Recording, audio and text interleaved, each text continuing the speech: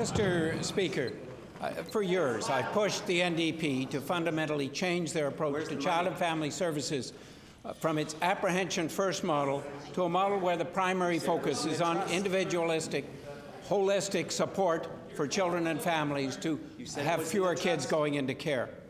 Randy Turner in the Winnipeg Free Press reported on Saturday that Prince Albert, Saskatchewan has switched to offering support as opposed to apprehension, resulting in 86 families being diverted from intakes.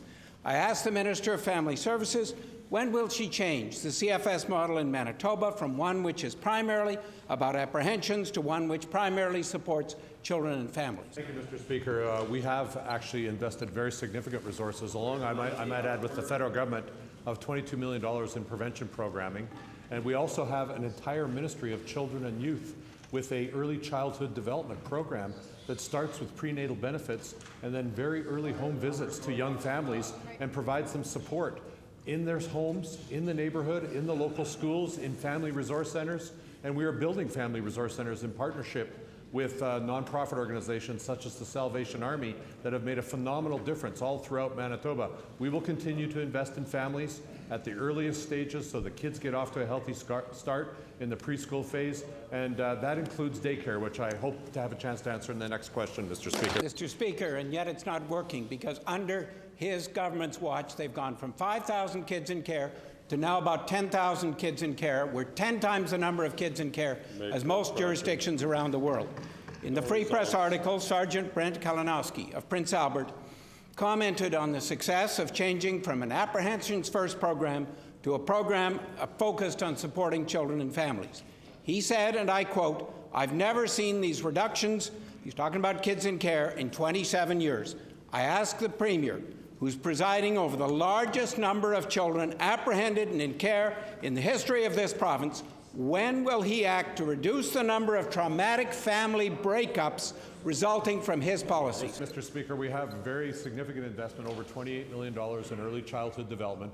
We also have doubled the amount of resources we're putting into what used to be called daycare. It's early childhood learning now, Mr. Speaker.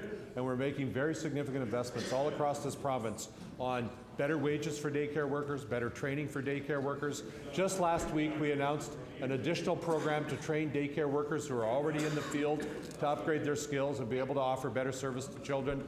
With respect to the Prince Albert model, Mr. Speaker, we're very aware of it. We're working very closely with the community, with the nonprofit agencies, with our own government agencies, with the Winnipeg Police Department, and as we said in our throne speech this fall, we will be launching a major initiative that will deal with crime and address the social causes of crime in one of the highest crime neighborhoods in Winnipeg, Mr. Speaker. That program and that process is well underway, and further information will be coming out. But I'm sure he saw the article in the Free Press and just how important and useful a model that is. We are looking at that. Please, the First Minister's time has expired. But in 14 years, the number of kids has gone up astronomically, the number of kids in care.